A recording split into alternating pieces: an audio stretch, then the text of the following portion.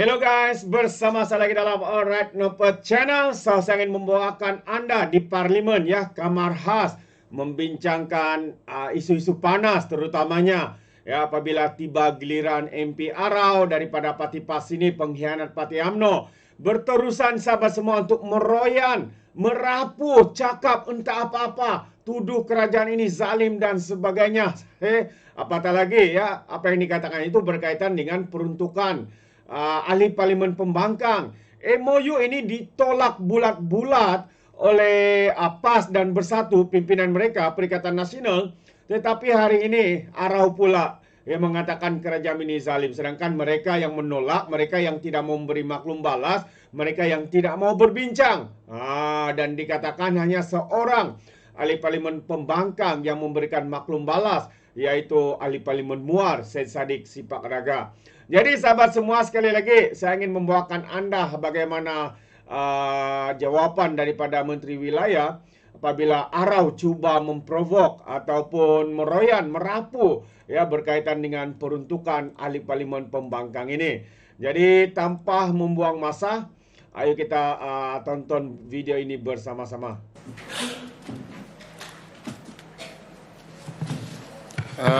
Tuan Dipertua, terkeluar teks sikit. Sekarang tengah banjir di Kuala Lumpur.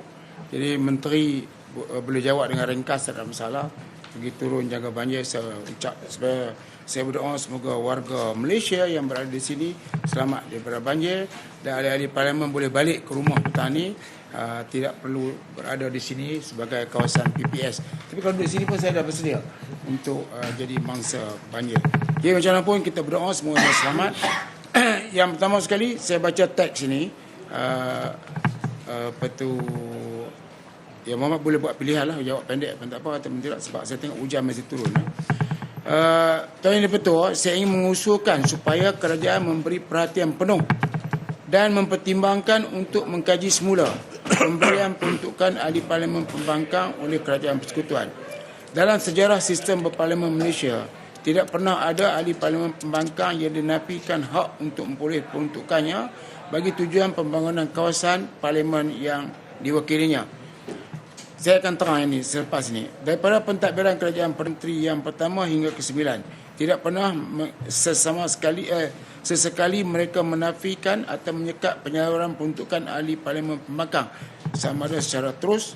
Boleh saya baca luas sikit ya? Secara terus ataupun peruntukan yang diberi melalui permohonan. Dalam pilihan umum yang ke-15 yang lalu, tidak ada mana-mana parti yang mendapat majoriti kursi parlimen untuk membentuk kerajaan persekutuan. Tidak ada. Sik ada, orang Sarawak kata. Oleh yang demikian, kerajaan persekutuan yang sedia ada adalah merupakan gabungan parti-parti yang tidak mempunyai majoriti kursi parlimen.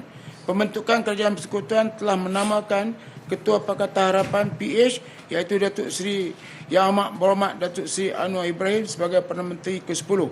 Akan tetapi tertubuhnya kerajaan persekutuan yang baru itu selepas PRU ke-15 telah mengubah polemik atas aturan yang sedia ada, terutamanya melibatkan penyaluran peruntukan ahli Parlimen Pembangkang dan pengecilan skop pembangunan di kawasan Parlimen Pembangkang berbanding kawasan Parlimen Kerajaan. Di peringkat persekutuan maupun negeri, setiap wakil rakyat, ahli Parlimen dan Dewan Undangan Negeri yang layak mendapat peruntukan untuk kawasannya yang diterima melalui pusat khidmat masing-masing. Setelah hampir 2 tahun, ahli Parlimen Pembangkang memohon kepada kerajaan persekutuan untuk menyalurkan peruntukan bagi kawasan parlimen mereka. Kerajaan persekutuan telah bersetuju, tetapi secara bersyarat. Tindakan kerajaan persekutuan yang mengenakan syarat tersebut seolah-olah menafikan hak rakyat di kawasan parlimen yang terlibat, kerana setiap ahli parlimen yang dipilih merupakan pilihan rakyat. Malahan, tindakan kerajaan persekutuan itu juga bertentangan dengan prinsip yang termaktub dalam Perlembagaan Persekutuan. Sebelum Datuk Seri Anwar Ibrahim menjadi Perdana Menteri Malaysia ke-10, beliau sendiri memperjuangkan supaya peruntukan dan dana pembangunan kawasan parlimen hendaklah diberikan kepada semua ahli parlimen yang dipilih oleh rakyat tanpa sebarang rundingan dan tanpa perjanjian persefahaman bersyarat. Sebaliknya, bila Datuk Seri Anwar Ibrahim memimpin kerajaan persekutuan, perjuangan dan prinsip berbeza pula yang dibawanya. Justru itu, saya mohon pihak kerajaan memandang serius perkara ini dengan menyegerakan penyaluran peruntukan ahli Parlimen Pembangkang tanpa sebarang rundingan dan perjanjian persamaan bersyarat yang bertentangan dengan demokrasi di Malaysia. Terima kasih. Yang Berhormat Menteri itu jawapan. Jawab pelan-pelan. Terima kasih, Yang Ketua. Terima kasih, YB Arau. Berkenaan banjir mungkin saya boleh jawab sedikit sebab telah ditimbulkan tadi. Sebenarnya memang jumlah hujan yang turun pada hari memang terlalu lebat ya, dan telah dicatatkan sehingga lebih 60 mm sejam ya. Dan tapi apapun alhamdulillah tindakan segera telah diambil oleh pihak DBKL. Kita telah aktifkan 3 pam tadi, termasuk juga meningkatkan kapasiti smart tunnel. Maka banjir telah segera dapat diatasi pagi tadi dan alhamdulillah Arau pun sampai ke Parlimen. Jadi insya-Allah kita doakan sama-sama agar KL terus selamat. Tuan Dipertua, untuk makluman ahli yang berhormat, prinsip asas yang membawa kepada pengenalan peruntukan khas Yang Amat Berhormat Perdana Menteri untuk kawasan Parlimen hanyalah sebagai tambahan dan pelengkap kepada peruntukan di bawah rancangan Malaysia 5 tahun. Penyediaan dan penyaluran peruntukan ini adalah mengikut dasar sedia ada dan tertakluk kepada kemampuan semasa keuangan kerajaan. Walau bagaimanapun, sedikit pembetulan Yang Berhormat Arau kerana peruntukan Yang Amat Berhormat Perdana Menteri bukanlah dimulakan oleh Yang Amat Berhormat Perdana Menteri pertama ya, iaitu Tengku Abdul Rahman. Sebaliknya hanya bermula pada tahun 1975 di bawah pentadbiran Yang Amat Berhormat Perdana Menteri yang kedua, iaitu Tun Abdul Razak, dengan peruntukan sebanyak RM10,000 sahaja. Kemudian kadar peruntukan ditingkatkan dari semasa ke semasa berdasarkan kemampuan keuangan kerajaan serta perluasan skop program. Tuan Dipertua, dalam hal ini juga Yang Amat Berhormat Perdana Menteri telah menyatakan pendiriannya dengan jelas. Jadi apa yang telah disebutkan Arau tadi tidak tepatlah ya. Yang Amat Berhormat Perdana Menteri semasa sesi waktu pertanyaan Menteri MQT di sidang Dewan Rakyat pada 7 Mac 2023 telah memaklumkan perlu ada proses perundingan di antara Ketua WIP Pembangkang dan Ketua WIP Kerajaan sebelum sebarang keputusan berkaitan peruntukan kawasan Parlimen bukan kerajaan diputuskan. Perkara ini sekali lagi telah ditegaskan lagi oleh Yang Amat Berhormat Perdana Menteri semasa sesi penggulungan perbahasan kajian separuh penggal Rancangan Malaysia ke-12 di Dewan Rakyat pada 19 September 2023, lebih kurang 6 bulan selepas itu, bahawa peruntukan kepada ahli Parlimen bukan kerajaan akan diputuskan selepas selesai proses perundingan di antara Ketua WIP Pembangkang dan juga Ketua WIP Kerajaan. Jadi walau bagaimanapun apabila wakil kerajaan iaitu Yang Amat Berhormat Timbalan Perdana Menteri merangkap Menteri Petra ataupun dan juga Ketua Kerajaan telah mengemukakan draft Memorandum Persefahaman MOU kepada Ketua WIP Pembangkang, MOU berkenaan telah ditolak pada 15 September baru-baru ini 2024. Bagi saya secara mentah-mentah telah ditolak tanpa maklum balas kepada wakil kerajaan dan hanya diketahui melalui sidang media sahaja. Tuan Dipertua, sebenarnya saya sempat berbincang dengan Yang Amat Berhormat Timbalan Perdana Menteri selaku Ketua Kerajaan yang juga menyatakan proses perundingan di antara wakil kerajaan dan wakil pembangkang boleh dianggap telah terhenti di sebelah pembangkang. Ini disebabkan wakil pembangkang sehingga kini tidak pernah mengemukakan maklum balas rasmi kepada wakil kerajaan. Dan sehubungan itu tiada sebab untuk wakil kerajaan meneruskan rundingan sekali lagi. Tuan Dipertua, analogi ini seperti kita kata kerajaan telah melamarlah ya pembangkang, tetapi apabila lamaran tidak dijawab, jadi kita fahamlah ya, kita tak manislah kalau kerajaan nak melamar lagi ya, begitulah. Jadi dalam hal ini saya dimaklumkan sebenarnya ada juga yang berhormat, contohnya Yang Berhormat Muar ya, telah menjawab lamaran kerajaan tersebut dan itu pun beliau memohon beberapa pengubahsuaian dan kerajaan sedia menimbangkan. Sekiranya tiada sebarang maklum balas resmi diterima daripada wakil-wakil pembangkang yang lain, maka ada kemungkinan wakil pembangkang yang akan menerima peruntukan ini adalah mungkin YB Muar saja. Jadi saya percaya Yang Berhormat Arau juga sedia maklum bahawa kerajaan tidak akan meminggirkan rakyat di negara ini dalam menyediakan peruntukan, terutamanya peruntukan pembangunan, tidak kira wakil rakyat daripada pihak mana yang terpilih di kawasan Parlimen tersebut.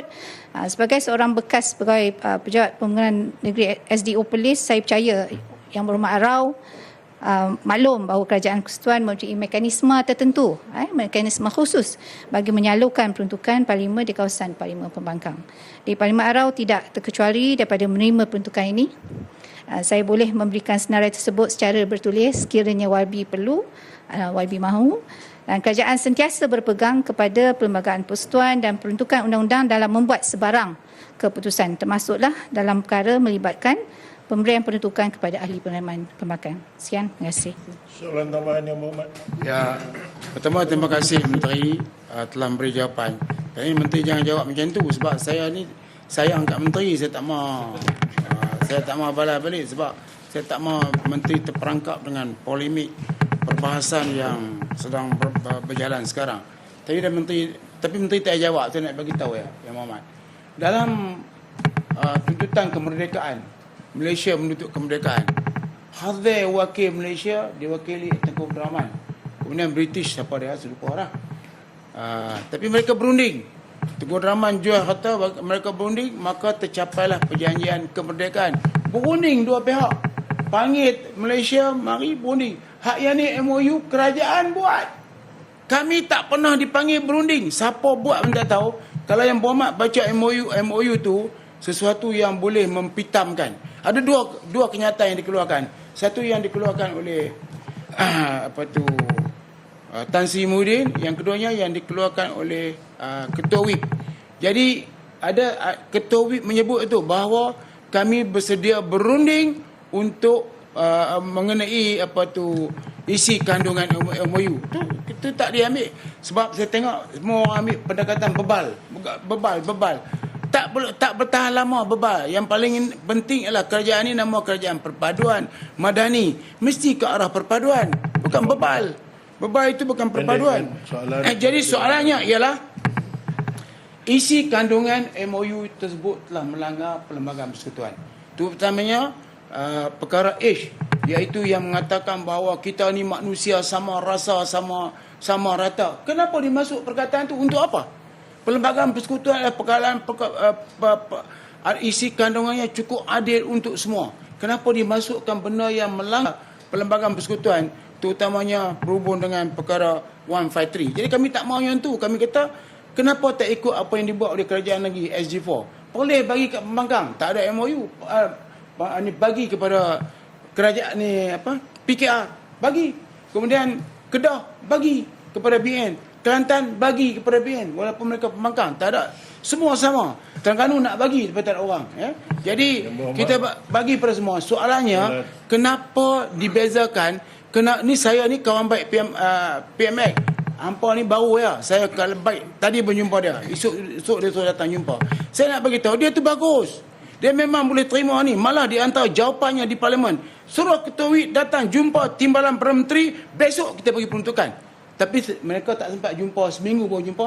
Saya pergi jumpa. Saya kata saya mewakili Jadi saya minta kenyataan Perdana Menteri itu dan ambil kira bahawa tanpa perjanjian pun boleh bagi. Soalan saya, kenapa dibuat MOU sebelah pihak? Kenapa tak dibuat MOU dengan berunding? MOU ni kena ada dua-dua pihak lah. Macam nak kahwin, kena ada dua pihak. Tak boleh kahwin dengan batang tiang, tak boleh. Kita kahwin dengan orang. Jadi kena ada perundingan lah. Jadi saya minta supaya ini tak payah jawab, saya minta Menteri tolong ambil ingatan bahawa kalau nak buat MOU, biarlah dua-dua pihak duduk seperti yang pernah kita buat pada yang lepas. Jadi speaker tahu saya masa dalam BN saya tolong dia habis-habisan. Sekarang dia duduk dengan saya, dia lawan dengan saya pula dah. Allah. Di Kemaralan saya tolong dia asli. Di Kemaralan dia lawan dengan saya. Kalau tahu saya. Walaupun yang paling penting ialah kita pernah berkawan dan boleh berkawan. Tidak ada masalah. Kalau kita nak bermusuh, sampai bila boleh bermusuh? Musuh sekejap ya. Bila mati esok habislah. Jadi saya minta supaya dipertimbangkan MOU bersama di antara Pembangkang dan juga kerajaan. Bukan, tapi tak mau bagi tak apa. Taruh duit kerajaan, duit hak you punya tak apalah, pulanglah kan. Tapi kalau nak berunding, tak bagi tak apa. Berunding bagi nampak kerajaan ni kerajaan perpaduan. Ni dia sebut perpaduan kerajaan sila mendengar. Mendengar ya, tapi tak bagi. Terima kasih. Assalamualaikum. Kita pulang pada Menteri nak Saya jawab. Saya nak jawab juga sebab tak boleh tidur kalau tak jawab yang betul. Jadi bagi saya seperti yang kita katalah, sebenarnya MOU itu ada draft MOU. Jadi draft tu dah pun make it public kan. Yang Amat Berhormat Timbalan Perdana Menteri telah pun share dengan izin MOU tersebut dan kita boleh baca. Saya ada salinan ini dan saya baca satu persatu. Berulang-ulang kali saya baca untuk memastikan saya menjawab dengan yang betul kepada YB Arau hari ini. Jadi bagi saya bila draft tu dan saya juga telah menyebut analogi melamar tadi. Jadi bila kita nak melamar ni kita yang Berhormat Arau pun sebut kena berunding kan. Jadi berunding barulah kita tahu berapa lama kita nak bertunang contohnya berapa banyak contohnya satu lagi hantaran semua tu perundingan yang berhormat. Jadi saya rasa itulah tadi bila pembangkang tak balik kepada kerajaan, jadi kita pun susahlah ya. Jadi itulah sebenarnya kita tidak zalim ya, dan kita menyatakan yang benar. Jadi insya-Allah saya rasa mungkin seperti yang saya bagi tahu tadi, contohnya YB Muar bersedia untuk berunding dan saya rasa insya-Allah kita akan mempertimbangkan apa yang dikehendaki oleh YB Muar contohnya. Terbaik sahabat-sahabat semua. Itu dia jawapan padu koyak ya. Koyak MP Arau, ahli parlimen pembangkang PAS pengkhianat UMNO ini masih memainkan ataupun mempolitikkan isu peruntukan pembangkang ya. Dan satu lagi kenyataan Arau adalah satu kenyataan yang mengelirukan.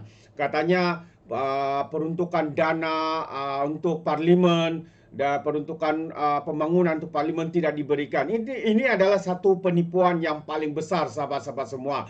Seperti mana yang dinyatakan oleh YB Zaliha juga, Dr. Zaliha, bahwa peruntukan dia ada dua perkara yang berbeza. Yang pertama peruntukan dana pembangunan ya untuk kawasan, tidak kira kawasan parlimen itu pembangkang maupun kerajaan. Dan yang kedua adalah peruntukan ahli parlimen. Jadi dua perkara ini adalah perkara yang berbeza. Jadi MP Arau kata tidak diberi. Jadi ini adalah satu pengeliruan yang cuba dilakukan untuk membina persepsi kononnya seperti mana yang selalu Arau katakan kerajaan ini zalim dan sebagainya. Hakikatnya seperti mana yang dikatakan oleh Zaliha bahwa peruntukan dana pembangunan awam di kawasan parlimen, tidak kira pembangkang dan kerajaan itu tetap diteruskan ya. Dia sendiri menyatakan kalau Arau perlukan senarai peruntukan ataupun wang ataupun bajet yang telah diguna di parlimen Arau, dia boleh berikan. Tapi Arau berdiam dirilah, dia tidak mau terima. Sebab apa yang dia tahu, dia cuba memusingkan fakta. Ya, kononnya tidak dizalimi karena tidak diberikan peruntukan ahli parlimen. Peruntukan ahli parlimen ini untuk ahli parlimen, untuk membayar pejabat, ya, membayar gaji-gaji stafnya dan sebagainya. Dan sebahagian itu juga projek-projek yang direct terus daripada pejabat urusan ahli parlimen dan sebagainya. Jadi kerajaan memberikan peluang kepada pembangkang untuk berbincang apabila kerajaan memberikan satu draft MOU peruntukan ya, tetapi apa yang berlaku, mereka membuat satu tuduhan kononnya peruntukan di dalam MOU itu melanggar perlembagaan. Dan sekali lagi MOU ini sebenarnya telah pun dipublikkan. Ya, kita sendiri membacanya. Dr. Zaliha menyatakan dia telah membaca keseluruhannya. Dan saya sendiri juga pun telah membaca dokumen ini. Dan saya agak terkejut di mana perkataan ataupun bahagian dalam MOU itu yang melanggar perlembagaan. Kita tidak menemuinya, tetapi mereka memusingkan segala fakta. Yang saya tahu pada pandangan saya ini adalah alasan mereka sebenarnya untuk tidak mau menerima MOU ini supaya mereka terus mempolitikkan isu ini, supaya mereka terus menggunakan isu bangsa dan agama ini dalam politik jelik, politik kotor mereka, politik perkauman mereka. Karena dalam salah satu syarat itu mereka tidak dibenarkan untuk bermain isu bangsa agama 3R. Mungkin karena itu mereka takut, dan juga mereka dikehendaki untuk istiar harta. Ada di antara mereka khususnya pemimpin-pemimpin daripada PAS ini memang anti sangat ya untuk istiar harta. Tidak tahu, mungkin karena harta mereka terlalu banyak, atau mungkin harta mereka tidak ada. Adakah mereka malu kalau tidak ada? Ataukah adakah mereka takut untuk istiarkan harta jika harta mereka berjuta, berbilion ringgit di dalam bank ataupun di luar negara. Itu pandangan saya sahabat semua. Sebenarnya itu mungkin yang sedang dilakukan, tapi mereka memberikan pelbagai alasan. Mereka menghantau arau yang memang suka meroyan, merapu, bercakap tidak kena pada tempatnya dan memalukan diri sendiri sahabat semua. Bagi saya ini pemimpin veteran seperti ini adalah seorang yang sangat-sangat memalukan. Membuat kenyataan sembrono, membuat tuduhan sembrono, ya, tidak serius ya di dalam melaksanakan tanggung jawab sebagai ahli parlimen untuk rakyatnya di Parlimen Arau. Ya, kita boleh nampak bercakap begitu, tuduh, menuduh, fitnah, menfitnah. Itu makanan dia. Semenjak dia menyertai PAS ini, pada pandangan saya, kehebatan dia sekarang ini ya menjadi kaki fitnah. Ya, menyebarkan berita palsu, menunggang isu bangsa dan agama. Itu pandangan saya. Jadi bagaimana dengan Anda sahabat semua? Anda boleh berikan komen ataupun pandangan Anda ya di dalam ruangan komen. Jadi terima kasih. Izinkan saya untuk mengundurkan diri dan seperti biasa peribahasa mengatakan tapapun kangkap 2 ton keinginan. Dalam bahasa Melayunya tepuk dadah tanya selera. Sekian saja daripada Alright No Channel. Kita berjumpa lagi. Bye bye.